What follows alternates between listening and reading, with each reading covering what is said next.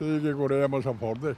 Commenta così Corrado Sartori, guardando sconsolato quanti danni ha fatto alla sua casa, l'uscita di strade di una Bentley è arrivata come un siluro dopo aver tirato dritto sulla curva in uscita della circolazione di Postioma a ridosso della laterale per Merlengo.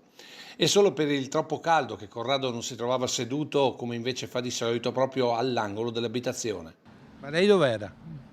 Dentro casa eravamo io e mia moglie.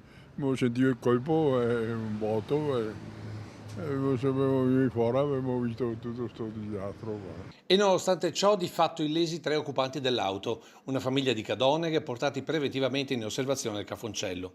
Ora rimangono i timori che un incidente del genere possa ripetersi magari durante la settimana con la storica osteria della zona affollata di mezzi e operai. Maggior sicurezza per la strada, soprattutto un rinforzo sulla strada perché come vedete basta poco, anche perché qua abbiamo sempre clienti fuori e avanti e indietro è pericoloso. Sotto accusa la velocità del veicolo, con il sindaco di Ponzano visibilmente contrariato. Se questa è l'educazione che vediamo nelle nostre strade per un'auto che sicuramente avrà sfrecciato quasi a 200 all'ora, io credo che debba essere fatto qualcosa di più su queste strade. Innanzitutto bisogna alzare il guardrail e chiederemo come comune alla provincia che intervenga essendo una strada di sua competenza. Poi è chiaro che il comune dovrà fare la sua parte, magari anche con dei controlli sulla velocità un po' più assidui. Ma per il sindaco bisogna intervenire materialmente anche sulla strada, visti i risultati positivi delle rotatorie. Noi abbiamo che oggi nel tratto che passa Merlengo, Padano e Ponzano le auto corrono a velocità inferiore perché di per sé non hanno il tempo